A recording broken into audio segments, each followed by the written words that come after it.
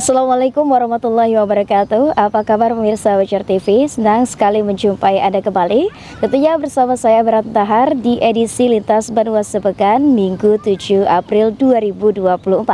Seragam informasi menarik akan kami hadirkan untuk menemani Anda, dan inilah informasi selengkapnya.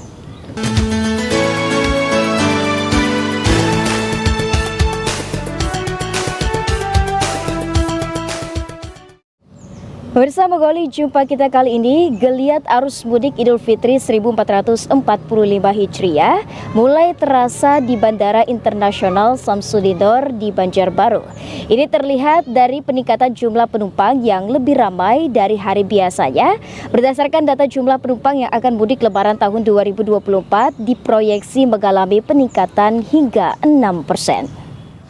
Jelang Idul Fitri tahun ini, arus mudik Lebaran menggunakan transportasi udara di Bandara Internasional Samsudinor terlihat mengalami peningkatan dibanding hari biasa, yakni rata-rata penumpang berangkat mencapai 4.600 orang per hari.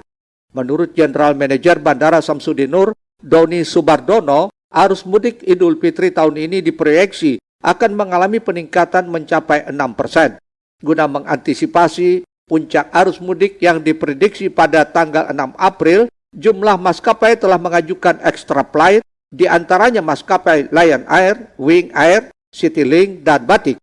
Untuk mempermudah pelayanan kepada masyarakat, pihak Bandara Samsudinor telah membuka posko angkutan udara ditempatkan di Selasar Exhibition Hall, Terminal Kedatangan. Pergerakan untuk sekarang ini untuk penumpang berangkat sudah menyentuh angka 4.600. Dengan di hari-hari biasa itu 4.600 itu kalau weekend, tapi yang untuk kali ini weekday saja sudah 4.600. Berangkat saja loh, belum yang datang. Apa sih Pak fungsinya posko depan? Posko ini salah satunya mempermudah pelayanan masyarakat, baik yang melaksanakan mudik ataupun yang balik ke daerahnya. Tapi dilihat dari budaya dari masing-masing bandara, untuk Bandara Samsudinor ini biasanya orang yang akan berangkat paginya itu 1 atau 2 hari sebelumnya sudah datang ke bandara, sehingga banyak yang tidak terurus di bandara. Nah, ini posko ini fungsinya juga melindungi mereka, juga meningkatkan pelayanan bagi mereka. Jika pada Idul Fitri tahun lalu jumlah penumpang mencapai 139.122 orang, tahun ini diperkirakan terjadi lonjakan menjadi 147.469 penumpang di Bandara Samsudinor.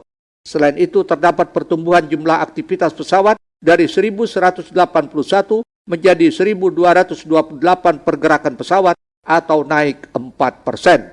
Ahmad Ramadhani, Banjar TV. Selanjutnya, program mudik gratis bersama Paman Birin dan Acil Oda kembali di-launching pemerintah Provinsi Kalsel. Total ada 55 unit minibus yang disediakan untuk melayani 1.000 pemudik. Mudik gratis bersama Paman Birin dan Acil Oda tahun 1445 Hijriah kembali diluncurkan pemerintah Provinsi Kalsel, dalam hal ini Dinas Perhubungan Kalsel. Peluncuran program mudik gratis yang rutin dilaksanakan setiap tahun ini diawali dengan apel kesiapan angkutan yang dipimpin Sekda Prov Kalsel Roy Rizali Anwar, Rabu 3 April di kantor Gubernur Kalsel di Banjarbaru. Apel kesiapan angkutan juga ditandai dengan pemasangan stiker angkutan mudik gratis dan dilanjutkan dengan pembukaan tirai sebagai bentuk kesiapan dalam melayani pemudik.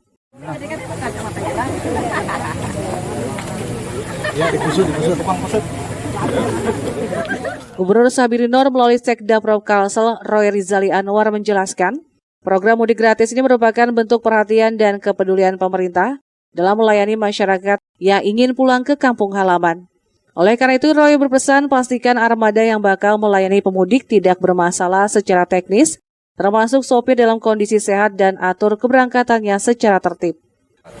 Memastikan bahwa armada yang akan digunakan itu dalam kondisi baik, memastikan juga sopir dalam keadaan sehat, dan yang pasti adalah para penumpang nanti yang dilayani harus sampai ke tempat tujuan dengan selamat dan sehat dan selamat.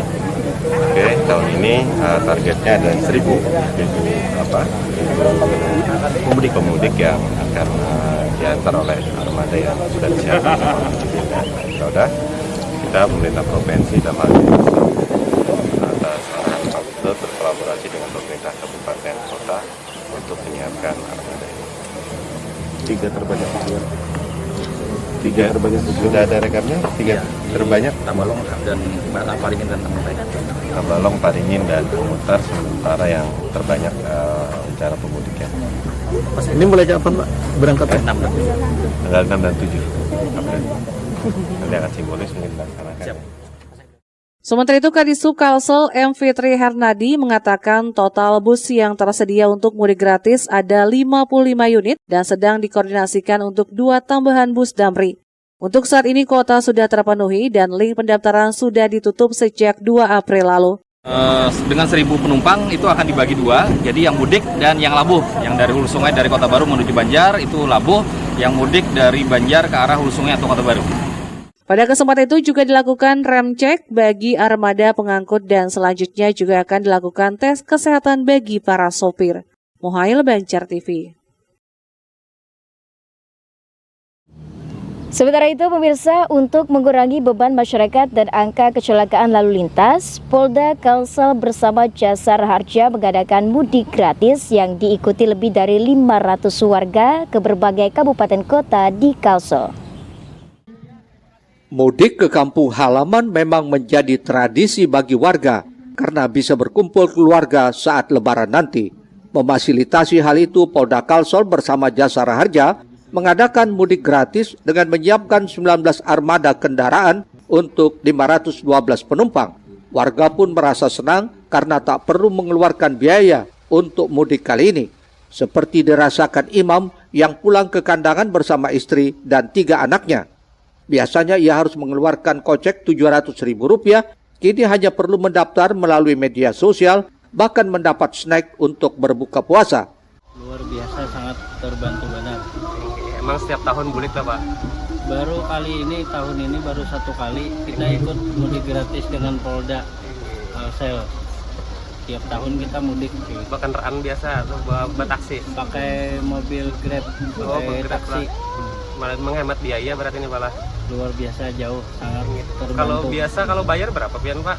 Kalau satu keluarga hampir 700-an. 700-an lah? Ya. Ini malah karena keluar apa-apa malah. Ini alhamdulillah dapat parcel lagi dapat. Mudik gratis ini dilepas langsung Kapolda Kalsel, Irjen Pol Winarto, didampingi Ketua DPRD Provinsi, Kepala Jasara Harja, perwakilan Dishub, berangkat dari halaman Mapolda, kawasan Es Parman, Banjarmasin, Jumat 5 April. Kapolda mengaku antusias masyarakat untuk mudik tahun ini cukup tinggi. Diharapkannya, kegiatan ini bisa mengurangi beban masyarakat dan menekan angka kecelakaan. Apalagi diketahui Jasara Harja setiap tahun ada saja angka kecelakaan yang terjadi. Bahkan tahun lalu menyiapkan dana cadangan teknis sebesar 5 miliar saat lebaran. Antusias kita mencari peminat untuk pemudik, itu kita di daerah-daerah pasar-pasar, daerah-daerah yang memang kita anggap masyarakat yang kurang mampu. Jadi antusiasnya cukup baik karena memang kita batasin sampai kemarin itu sekitar segini. Jadi kalau misalnya masih kita buka lagi mungkin masih banyak lagi. Kami Jasara Harja bekerjasama dengan Ditlantas Polda Kalimantan Selatan untuk tahun ini melakukan mudik gratis sebagai upaya untuk mengurangi dan menekan angka kecelakaan dan juga untuk mengantarkan masyarakat kita yang mudik ke kampung halaman dengan selamat. Demikian, Mbak. Kecelakaannya dari tahun ke tahun relatif menurun. Relatif menurun dan kita memang selalu menyediakan cadangan teknis untuk klaim yang sudah kita siapkan. Untuk tahun ini kita siapkan secukupnya karena kita belum bisa memprediksikan. Kalau tahun sebelumnya berapa? Untuk tahun sebelumnya kita mengeluarkan anggaran khusus untuk mudik lebaran itu sekitar 5 miliar rupiah. Kami menghimbau kepada masyarakat Kalimantan Selatan yang akan mudik agar mempersiapkan kesehatannya dan juga mematuhi aturan lalu lintas, tertib berkendaraan di jalan raya sehingga selamat sampai di tujuan. Seluruh sopir yang membawa penumpang sudah dicek kesehatannya yang diharapkan membawa penumpang selamat sampai ke tujuan. Eko Anggoro, Banjar TV. Ya pemirsa, di minggu ketiga Ramadan, Wali Kota Banjarmasin bersama jajaran dan Forkopimda memantau harga dan ketersediaan bahan pokok di Pasar Sentra Antasari dan Lotte Mart. Harga terpantau stabil dan pasokan dipastikan aman hingga Hari Raya.